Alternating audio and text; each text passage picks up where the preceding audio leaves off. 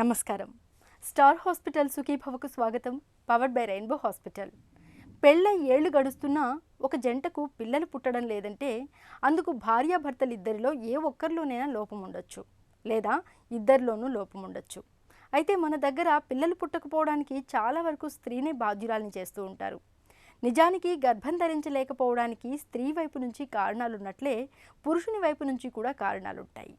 వీర్యకణాలు తక్కువగా ఉన్నప్పుడు, ఉన్న కణాలు కూడా ఆరోగ్యవంతమైనవి కానప్పుడు పురుషుల్లో సంతానలేమి అన్నది సమస్యగా మారుతుంది. పురుషుల్లో కనిపించే సంతానలేమి గురించి ఇప్పుడు తెలుసుకుందాం.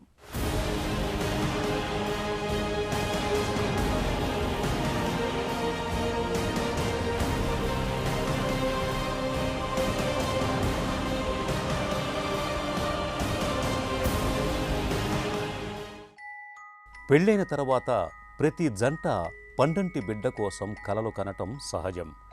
మామూలుగా ఎలాంటి గర్భనిరోధక పద్ధతుల్ని పాటించకపోతే పెళ్ళైన ఏడాదిలోపే చాలామంది దంపతులకు సంతాన భాగ్యం కలుగుతుంటుంది. అయితే పిల్లలు పుట్టటం అన్నది అందరికీ అంతే సహజంగా, తేలికగా జరగకపోవచ్చు. స్త్రీ పురుషుల్లో ఎన్నో రకాల హార్మోన్లు, అవయవాలు, వ్యవస్థలన్నీ సమన్వయంతో పనిచేస్తేనే కానీ గర్భధారణ అంత అలవోకగా జరగదు. ఈ సంక్లిష్టమైన ప్రక్రియలో ఎన్నో సవాళ్లకు, సమస్యలకు ఆస్కారం ఉంది. అందుకే మన దగ్గర సంతానం ఎంత సహజమో సంతాన రాహిత్యం కూడా అంతే సహజంగా కనిపిస్తుంది. అయితే పిల్లలు పుట్టకపోవటానికి మన దగ్గర పురుషునితో పోలిస్తే స్త్రీనే ఎక్కువగా బాధ్యురాలిగా చేస్తుంటారు.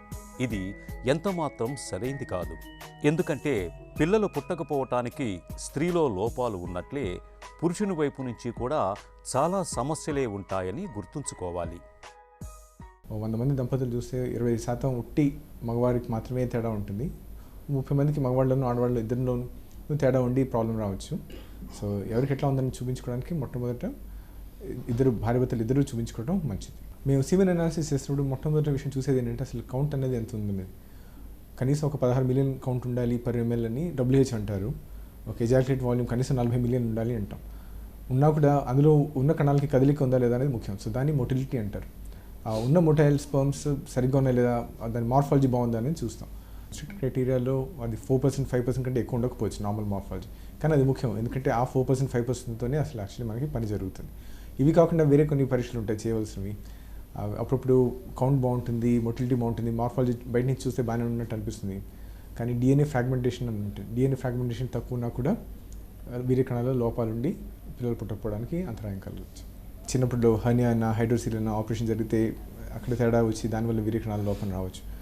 కొంతమందికి పుట్టుకతోనే టెస్టిస్ కిందకు ఉండకపోవచ్చు. అవి పైకి ఉన్నాయి అంటే పైనుంచి కిందకి దాన్ని క్రిప్టార్కిడిజం అంటాం. టెస్టిస్ పైన ఉందనుకోండి, అప్పుడు వీర్యకణాలు అందులోంచి పుట్టేవి సరిగ్గా ఉండకపోవచ్చు, ఉన్నా కూడా క్వాలిటీ బాగుండకపోవచ్చు, అసలు లేకపోవచ్చు. కొంతమందికి వారికోసిల్ అంటాం. వారికోసిల్ వల్ల వీర్యకణాలు బాగా దెబ్బతినడానికి అవకాశం ఉంది. కొంత సైజు బట్టి కూడా ముఖ్యం అనమాట. వారికోసిల్ మామూలుగా ఒక 100 మంది మగవాళ్ళని చూసారంటే ఒక 10 మందికి ఉండడానికి అవకాశం ఉంది. కానీ పెద్ద వారికోసిల్ ఉంది, దానివల్ల టెస్టిస్ దెబ్బతిందంటే డెఫినెట్గా దానివల్ల వీర్యకణాలు తగ్గుతాయి. వేరే కారణాలు ఏమైనా ఉన్నాయంటే ఇన్ఫెక్షన్, చిన్నతనంలో మమ్స్ రావటం, లేకపోతే టీబీ రావటం వల్ల ఈ నుంచి భాగం అడ్డు పడి ఉండొచ్చు, లేకపోతే టెస్టిస్ దెబ్బతిని ఉండొచ్చు. దానివల్ల కూడా వీర్యకణాలు దెబ్బతింటాయి. రేడియేషన్ వల్ల ప్రాబ్లం జరగడానికి అవకాశం ఉంది. కీమోథెరపీ వల్ల ప్రాబ్లమ్స్ రావచ్చు. సిగరెట్స్ తాగడం వల్ల కూడా ప్రాబ్లం రావచ్చు. వీర్యకణాలు తక్కువగా ఉండటం లేదా ఉన్న వాటిలో లోపాలు ఎక్కువగా ఉండటం, పురుషుల్లో సంతానలేమికి ఇవే ప్రధాన కారణాలు. ఆరోగ్యవంతమైన పురుషుల్లో సాధారణంగా 3 నుంచి 6 మిల్లీలీటర్ల వీర్యం ఉత్పత్తి అవుతుంటుంది. ఈ వీర్యంలో దాదాపు 60 నుంచి 150 మిలియన్ల వీర్యకణాలు ఉంటాయి. ప్రతి వీర్యకణానికి తల, మెడ, తోక అనే భాగాలు ఉంటాయి. ప్రతి వీర్యకణం విడుదలైన తర్వాత చాలా చురుకుగా ముందుకు సాగిపోతూ ఉంటుంది. సాధారణంగా పురుషుల వీర్యంలో దాదాపు 60 నుంచి 70% వీర్యకణాలు చురుకుదనాన్ని కలిగి ఉంటాయి. అయితే 80% వీర్యకణాలు సరైన ఆకృతిని కలిగి ఉంటాయి.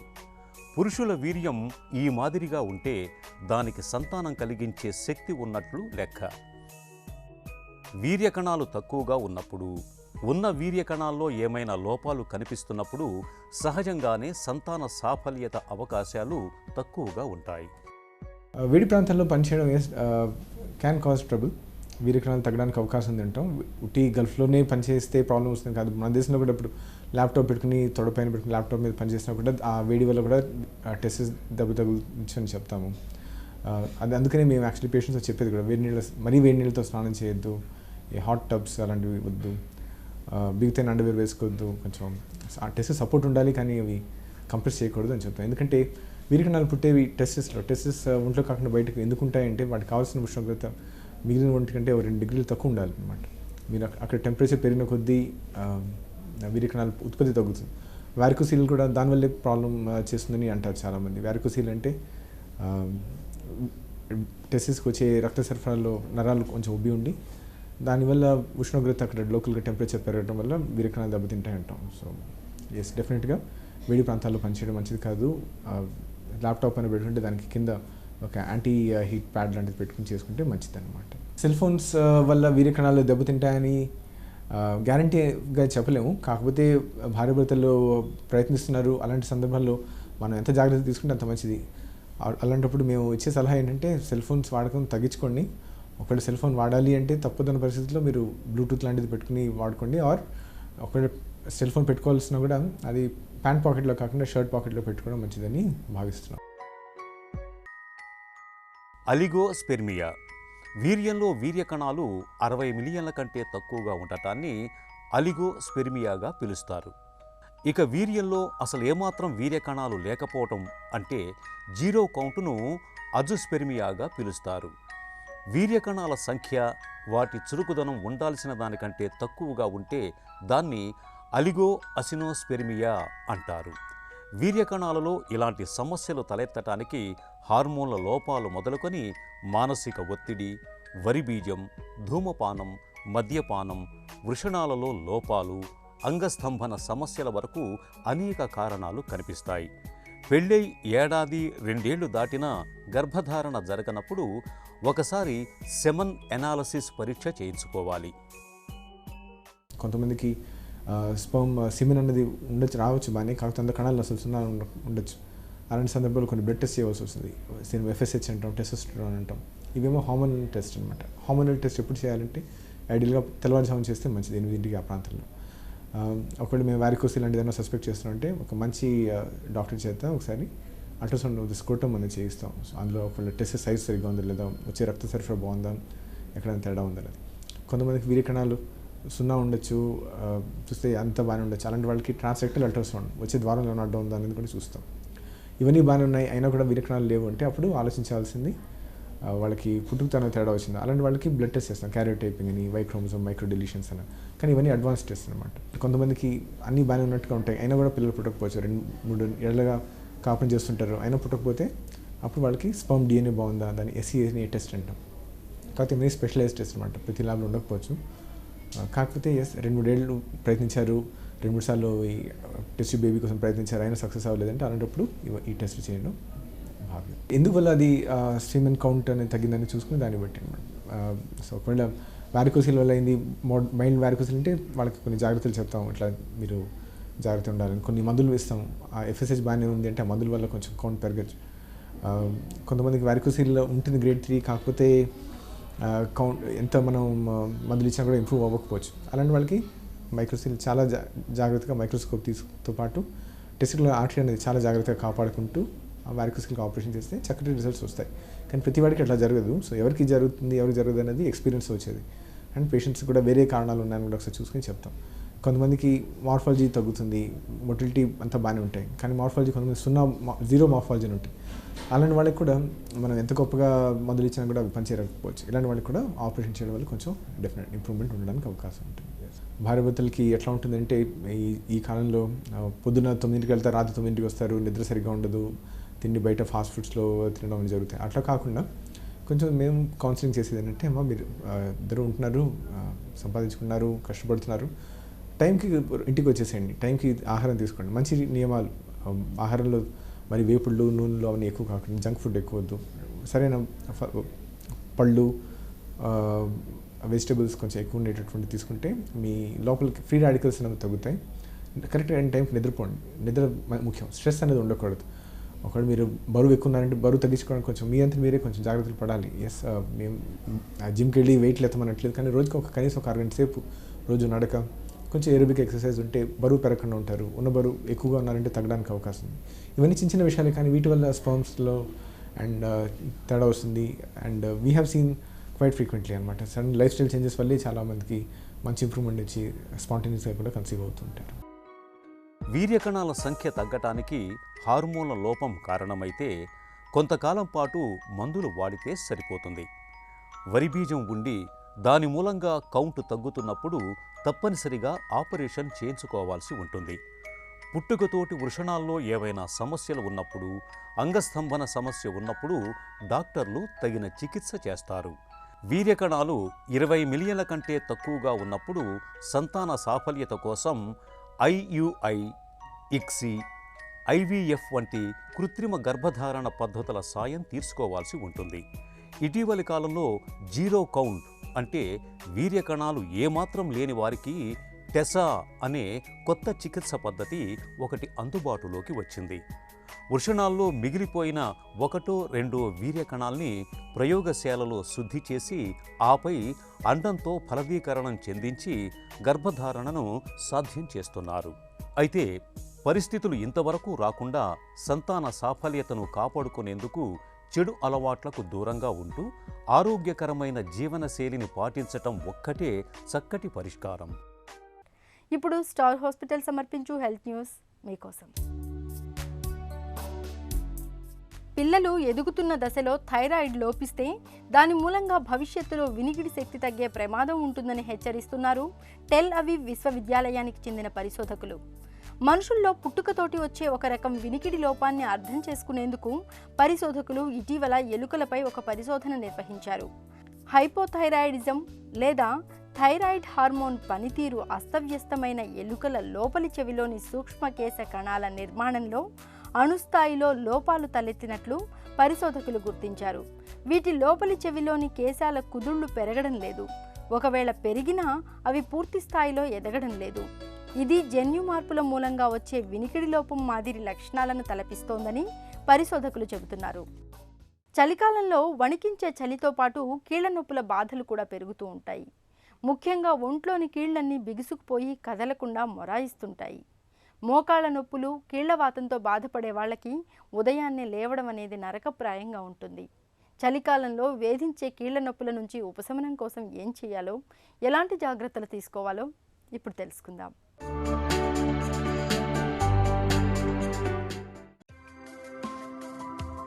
చలికాలంలో తీవ్రమైన చలి మూలంగా కీళ్లన్నీ బిర్రబిగుసుకుపోతూ ఉంటాయి.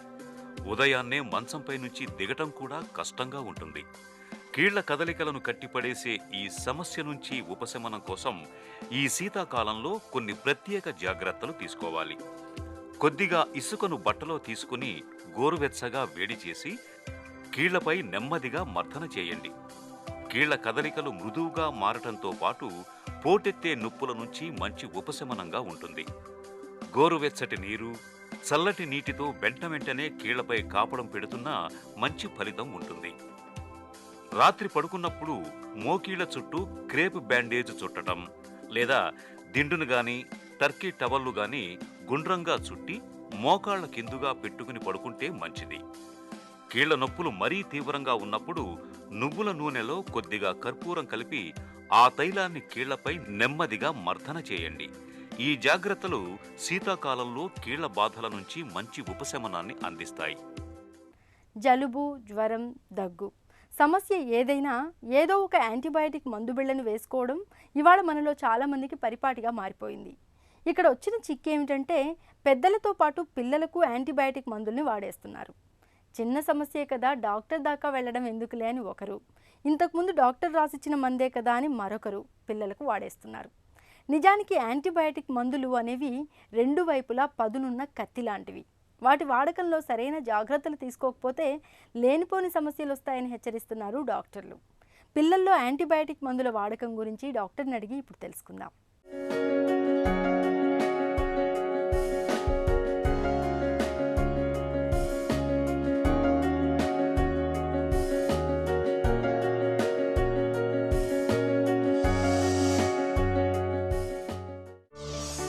పిల్లలకు యాంటీబయాటిక్ మందుల్ని ఎప్పుడు వాడాలి? ఎప్పుడైతే బ్యాక్టీరియల్ ఇన్ఫెక్షన్ అని కన్ఫర్మ్గా ఉన్నప్పుడు అప్పుడే యాంటీబయాటిక్స్ వాడాలి. సాధారణంగా చిన్నపిల్లల్లో cold, cough, allergies, loose motions ఇది వైరస్ మూలాన ఉంటుంది. అండ్ దీనికి ఒక సెట్ పీరియడ్ ఉంటుంది. సాధారణంగా 3 రోజులు లేదా 4 రోజుల్లో వైరస్ సాధారణంగా తగ్గిపోతుంది అనమాట. కానీ ఫీవర్ వచ్చిన ఫస్ట్ డేనే చాలామంది యాంటీబయాటిక్స్ వాడటం మొదలు పెడతారు. ఐదర్ ఓవర్ ద కౌంటర్ తీసుకుంటారు, లేకపోతే స్వతహాగా స్టార్ట్ చేస్తారు. సమ్ టైమ్స్ కొందరు ఎర్లీగా కూడా ప్రిస్క్రైబ్ చేస్తారు. ఈ యాంటీబయాటిక్స్ ఓన్లీ బ్యాక్టీరియల్ ఇన్ఫెక్షన్ ఉంటేనే పనిచేస్తుంది. వైరస్ జబ్బు ఆటోమేటిక్గా ఆ పీరియడ్ 3 to 4 days తర్వాత ఆటోమేటిక్గా తగ్గిపోతుంది. మితిమీరిన యాంటీబయాటిక్ మందులతో పిల్లలకు ఎలాంటి అనర్థాలు ఎదురవచ్చు? అవసరం లేదు అప్పుడు యాంటీబయాటిక్స్ మనం వాడతాం, సరైన డోస్ వాడకపోతాం, సరైన డ్యూరేషన్ వాడకపోతే యాంటీబయాటిక్ రెసిస్టెన్స్ అనేది డెవలప్ అవుతుంది. ఈ యాంటీబయాటిక్ రెసిస్టెన్స్ అనేది మొత్తం ప్రపంచంలో చాలా పెద్ద ప్రాబ్లం. ఎందుకంటే ఈ లాస్ట్ 10 years మన కొత్త యాంటీబయాటిక్స్ ఏవి డిస్కవర్ కాలేదు. మన దగ్గర పాత యాంటీబయాటిక్సే ఉన్నాయి. కానీ ఇండిస్క్రిమినేట్ యూజ్ ఆఫ్ యాంటీబయాటిక్స్ అంటే అవసరం లేనప్పుడు యాంటీబయాటిక్స్ యూజ్ చేస్తాము, సరైన డోస్ ఇవ్వకపోతాం మూలాన ఆర్గానిజమ్స్ ఏవైతే ఉన్నాయి ఇది హౌ టు ఫైట్ యాంటీబయాటిక్స్ అనేది నేర్చుకున్నాయి.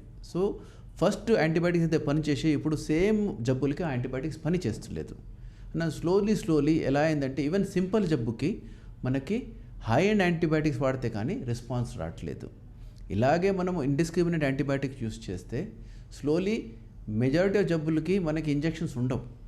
That will be major disaster. మన చాలా ఈ సీరియస్ పేషెంట్స్ మనం అయితే ఐసీయూలో మేనేజ్ చేస్తున్నాము, ఇక ఎక్కువ యాంటీబయాటిక్ రెసిస్టెన్స్ ఉంటే లైఫ్ కూడా రిస్క్ ఉంటుంది. అందువల్ల మనం యాంటీబయాటిక్ బాగా జుడిషియస్గా యూస్ చేయాలి. ఈ యాంటీబయాటిక్స్ అవసరం లేనప్పుడు యూస్ చేసినప్పుడు కూడా ఫంగల్ ఇన్ఫెక్షన్ అనేది కూడా బాగా పెరుగుతుంది. ఎందుకంటే నార్మల్ ఆర్గానిజంని సప్రెస్ చేసేసి ఫంగస్ ఆర్గానిజం అనేది బాగా పెరుగుతుంది అనమాట. అందువలన కూడా యాంటీబయాటిక్ ఇండిస్క్రిమినేట్గా యూస్ చేయొద్దు. ప్రస్తుతం పిల్లలకు ఎలాంటి యాంటీబయాటిక్ మందుల్ని వాడుతున్నారు? అవుట్ పేషెంట్లో చిన్నపిల్లలకి యాజ్ మెజారిటీ వైరస్ ఉంటుంది, అయినా ఇండిస్క్రిమినేట్గా హై అండ్ ఓరల్ యాంటీబయాటిక్స్ వాడతారు, లేకపోతే ఇంజెక్షన్స్ అవుట్ పేషెంట్ బేసిస్ వాడతారు. ఇంజెక్షన్స్ కొద్దిగా పవర్ఫుల్గా యాంటీబయాటిక్స్ అనమాట. ఎక్కువ సీరియస్ జబ్బు ఉన్నప్పుడే అది ఇంజెక్షన్స్ వాడాలి. ఇంజెక్షన్స్ మనం ఓపీడీ బేసిస్ మీద వాడినప్పుడు ఈ యాంటీబయాటిక్ రెసిస్టెన్స్ డెవలప్ అయ్యి ఎప్పుడైతే పేషెంట్స్ సీరియస్ అవుతారు అండ్ హాస్పిటల్ అడ్మిట్ అవుతారు అప్పుడు యాంటీబయాటిక్స్ పనిచేయవు. హై అండ్ యాంటీబయాటిక్స్ లైక్ కొన్ని బాగా సీరియస్ ఉన్న పేషెంట్స్లో ఐసీయూలో వాడతాము, మెరోపెనమ్ అనేది, వ్యాంకోమైసిన్ అనేది. అది సింపుల్ జబ్బులు కూడా ఇవాళ రేపు చాలామంది యాంటీబయాటిక్స్ వాడుతున్నారు. అది మనం డిస్కరేజ్ చేయాలి. To safeguard future diseases, to fight the future diseases మనం సేఫ్ గార్డ్ చేయాలి.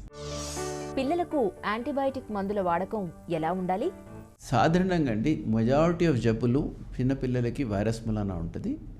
ఫీవర్ 3 days కంటే ఎక్కువగా ఉంటుంది, లేకపోతే science and symptoms of bacterial infection ఉంది, లేకపోతే బ్లడ్ టెస్ట్లో బాగా ఎక్కువ బ్యాక్టీరియా సంబంధి పాజిటివ్గా వస్తుంది, లేదా బ్లడ్ కల్చర్లో పాజిటివ్ వస్తుంది.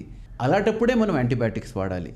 కానీ జ్వరం వచ్చేస్తుంది అని భయపడిపోయి మనం ఫస్ట్ డేనే మనము యాంటీబయాటిక్ చాలా కొన్ని కండిషన్స్ ఉంటాయి, ఒక 10 to 20% కండిషన్స్ ఉంటాయి ఎప్పుడైతే మనం యాంటీబయాటిక్స్ ఫస్ట్ డే నుంచి స్టార్ట్ చేయాల్సి వస్తుంది. అదే సపోజ్ చైల్డ్ బాగా సీరియస్గా ఉన్నారనుకోండి, సీరియస్గా ఉండి మన హాస్పిటల్ అడ్మిట్ చేయాల్సి వస్తుంది, ఐసీయూలో అడ్మిట్ చేయాల్సి వస్తుంది, లేదా బ్లడ్ రిపోర్ట్స్లో చేంజెస్ ఉన్నాయి. అలాంటప్పుడు కొన్ని జబ్బుల్లో స్టార్టింగ్లోనే మనము యాంటీబయాటిక్స్ వాడతాము. కానీ యాంటీబయాటిక్ అనేది మనము బ్లడ్ రిపోర్ట్స్ బట్టి సరైన యాంటీబయోగ్రామ్స్ అని ఉంటాయి, అంటే ఏ జబ్బుకు ఎలాంటి ఇంజెక్షన్స్ వాడాలి, అలాగే బ్లడ్ కల్చర్ బట్టి ఎలాంటి యాంటీబయాటిక్స్ వాడాలి, ఇది మనం అందరం పాటించాలి. చాలామంది బికాస్ బ్లడ్ కల్చర్స్ అవైలబుల్ లేదని యాంటీబయాటిక్స్ ఎలా పడితే అలా వాడుతుంటారు, మల్టిపుల్ యాంటీబయాటిక్స్ పెడతారు. దాంతో ఏ పని చేస్తుంది ఏది పని చేస్తలేదు అని ఇలాగ మల్టిపుల్ యాంటీబయాటిక్స్ వాడతారు వలన యాంటీబయాటిక్ రెసిస్టెన్స్ బాగా పెరుగుతుంది.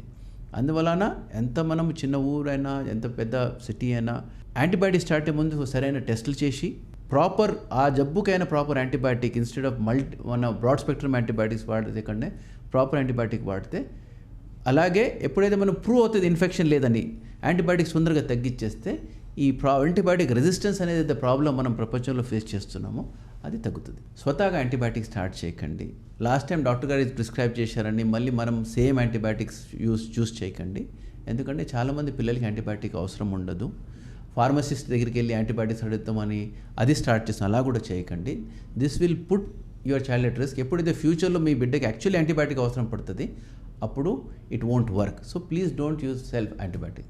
డాక్టర్ సలహా లేకుండా పిల్లలకు ఎందుకు యాంటీబయాటిక్ మందులు వాడకూడదో, యాంటీబయాటిక్స్ విషయంలో తల్లిదండ్రులకు ఎలాంటి అవగాహన అవసరమో తెలుసుకున్నాం కదా. ఇక ఈరోజు కార్యక్రమాన్ని ముగించే ముందు స్టార్ హాస్పిటల్ సమర్పించే ఒక చిన్ని చిట్కా మీకోసం. వారానికి ఒకరోజు శరీరం అంతా ఆముదం లేదా నువ్వుల నూనెతో బాగా మసాజ్ చేసుకుని ఆపై స్నానం చేస్తుంటే చర్మం మృదువుగా చక్కటి ఆరోగ్యంతో ఉంటుంది. సుఖీభవ కార్యక్రమానికి సంబంధించి మీ విలువైన సూచనలు సలహాల్ని వెంటనే మాకు రాయండి. మా చిరునామా Sukhibhava, ETV, Ramoji film city, Hyderabad 501512 లేదా sukhibhava@etv.co.in ఈమెయిల్ చేయండి. మీ ఆరోగ్య సంజీవిని సుఖీభవ కార్యక్రమాన్ని ఇప్పుడు యూట్యూబ్ ఆన్లైన్లో www.youtube.com/etv news లింక్ ద్వారా కూడా వీక్షించండి.